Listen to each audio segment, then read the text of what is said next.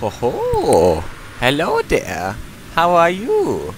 Are you good like me? Because I am here. I am here in my jet. And I am FUI. No, not the FU you're talking about. I'm talking about flying under the influence. Because, you know, that's how I fly. Now, you'll see here that... well, you'll see and I'll explain. Let's just go with that. So here I am in my jet. I don't know exactly what jet it is. The one jet I know it's not is a frogfoot, because that thing looks ugly. It's disgusting. I don't know who designed that, but whoever it is really should not have a job, because that thing is a piece of trash. So here I am, diving into the ground, and oh good god. Oh, hold up. We need to savor this moment. I'll be silent, just watch. Oh! Oh, I got a kill. That is the first kill, ladies and gentlemen, that I have ever gotten with a jet. In my 110 hours of playing time, and my maybe, I don't know, 2 hours in a jet, that is the only time I have ever killed another jet with my jet. Or even a helicopter for that matter. As you will see at the end of the game here, I will have 200 out of like 350 points for a jet, because I am absolutely atrocious with these, and I do things like this all the time. See? I mean, he didn't get me. So technically I could have saved myself. Yeah.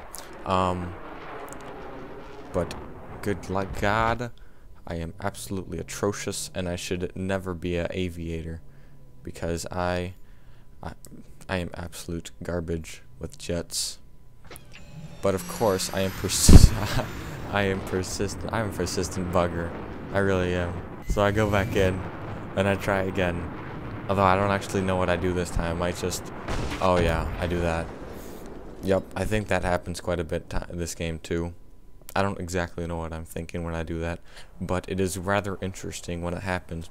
And another thing I wanted to talk about with you guys is competitive Battlefield. So, over the weekend, I joined, or not joined, but I played with a clan world-class tournament, I think. And it was all Sunday from 12 till 9 or so Eastern Time. And pretty much what happened is it was 32v32, and we played a mix of Conquest Rush and a little TDM.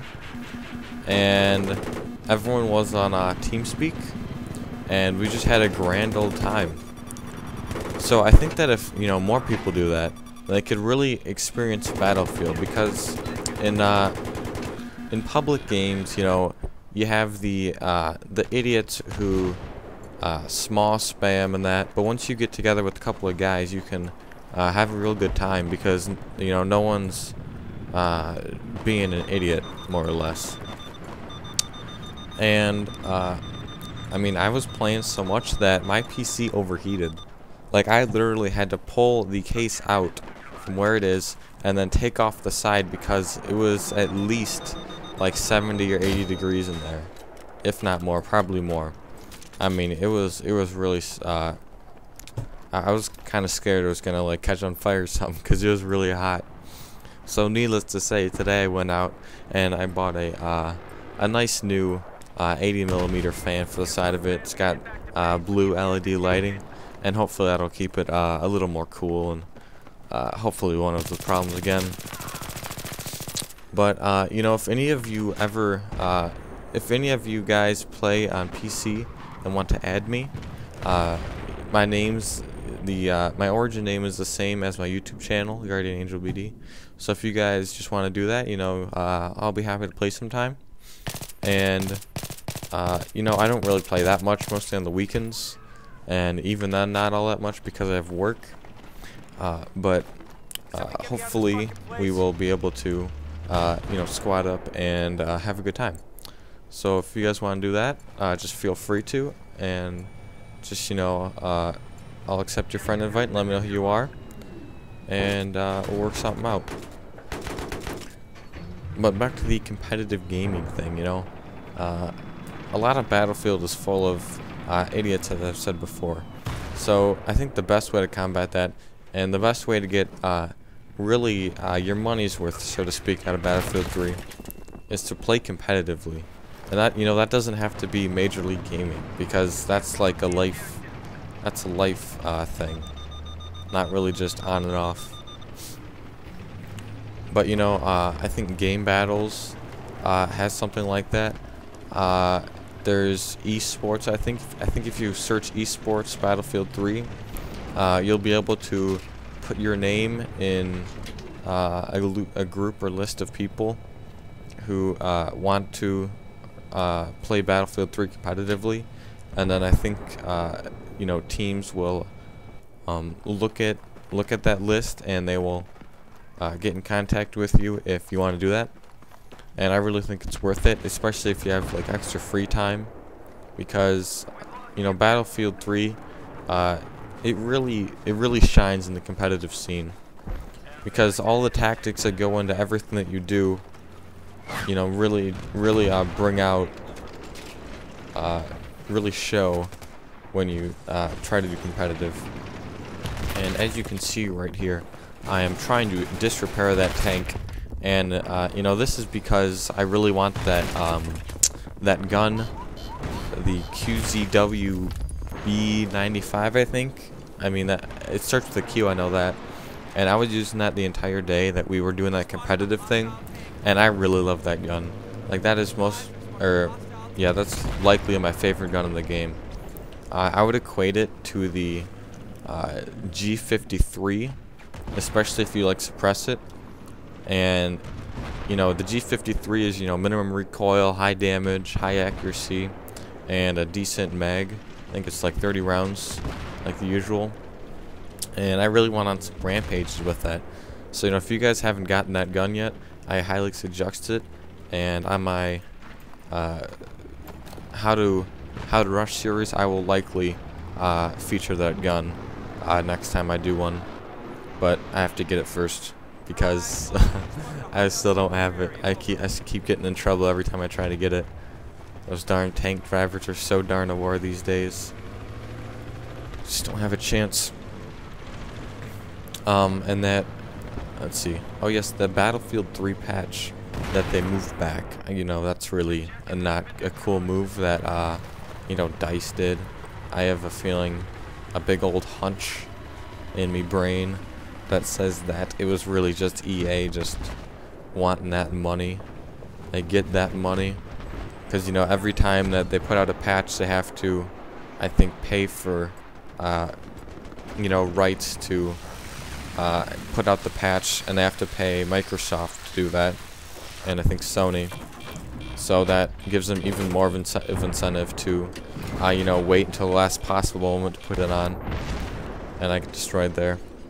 You know, because they haven't announced when it's coming out yet, but the new DLC, the All-American DLC, if you don't know what that is, it's just it's All-American maps. You know, everyone in the world can get it. It's not just based on it's based on America, but everyone can play it once it comes out.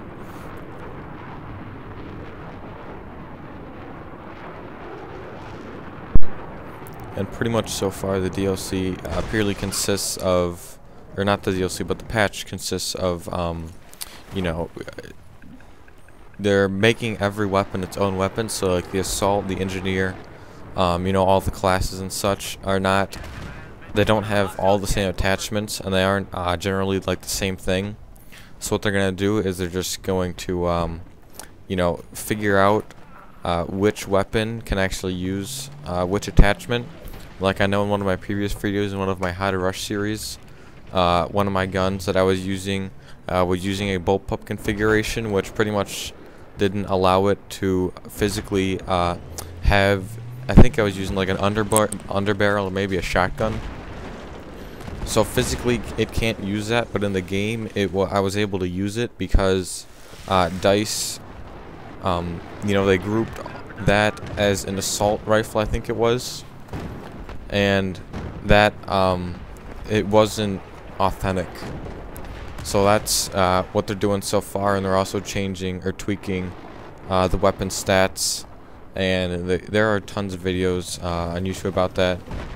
And then one other thing I want to talk about is, what do you guys think of Battlefield 3?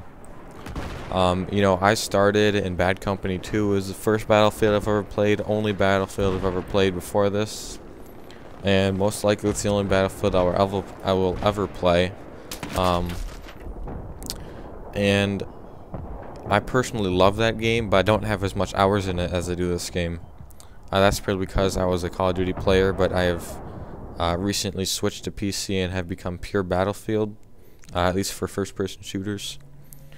And I think that Bad Company 2, especially the Vietnam pack, it was a lot more authentic than Battlefield 3. I feel like Vietnam, you know, with the music when you got in the Jeeps and the tanks and stuff, really just finished off the game more than it does in Battlefield 3, because in Battlefield 3, you know, it's a lot more stressful, to put it one way.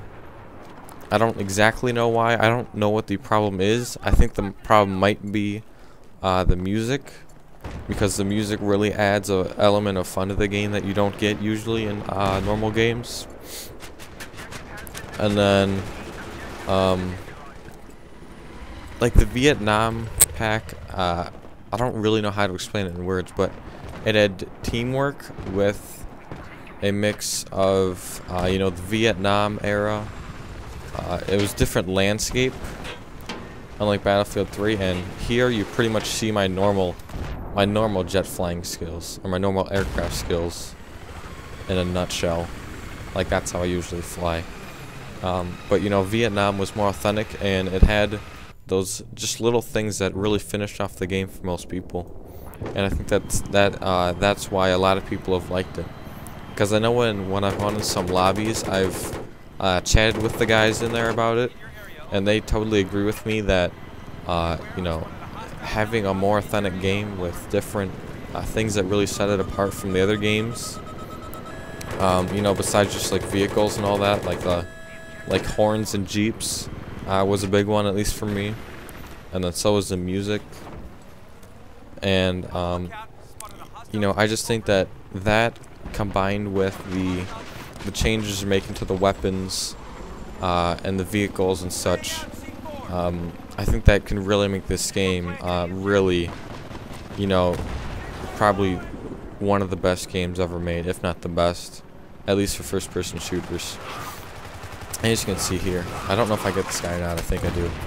But yeah, I'll talk about Rambo. Hop out of my helicopter and say, "Well, son, what you doing?" But yeah, so this, you know, it's a small lobby, and I was just kind of fooling around. And the other day, I was going around in, I think it was like an 8 or 16-man server, and it was all air maps. So I was fooling around in the jet and trying to get kills. And seriously, the only way I ever got a point, or got any points, I mean, I got my flares yesterday, and the only reason I got that was on Caspian border. I literally drove to the A flag and captured it. I did not fly, because I can't fly. I drove. So needless to say, I now have my flares, thank God. And now I should be, I think I'm halfway to the next one, which I think is Heat Seekers. So hopefully my air ability to fly will increase dramatically because of that.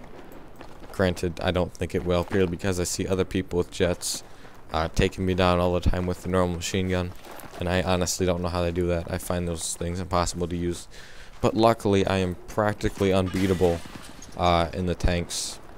Like, all I was using for the past like 2 months is the original loadout, which is the main gun and the light machine gun with smokes, I think. And I seriously didn't know that I could change. I didn't know that I could change the accessories on my tanks and such. So luckily now I know that, and I have changed it. And yeah, C4 for the win. So this is the end of this video. I'll probably link a song to it so you guys can watch the rest. And have a nice day. If you like this, you can check me out on Facebook, on the Twitter, follow and like me on both, and subscribe for more videos. Adios.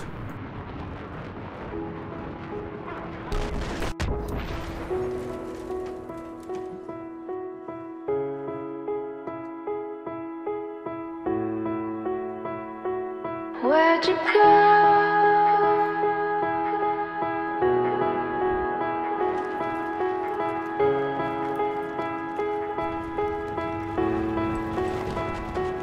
Where'd you go? I miss you so.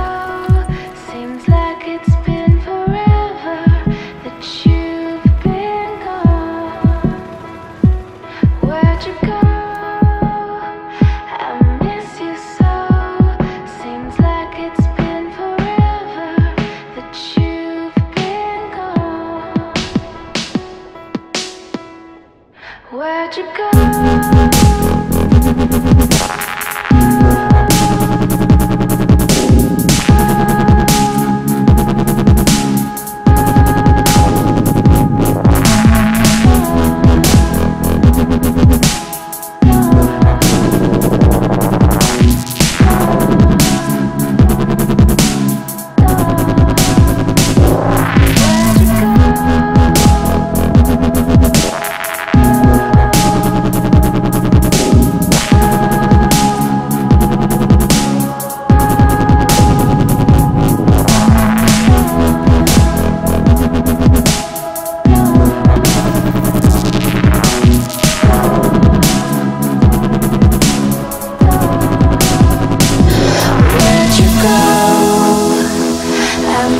You so.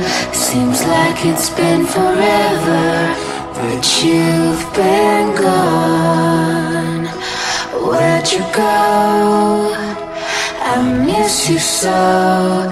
Seems like it's been forever that you've been gone. Where'd you go? I miss you so.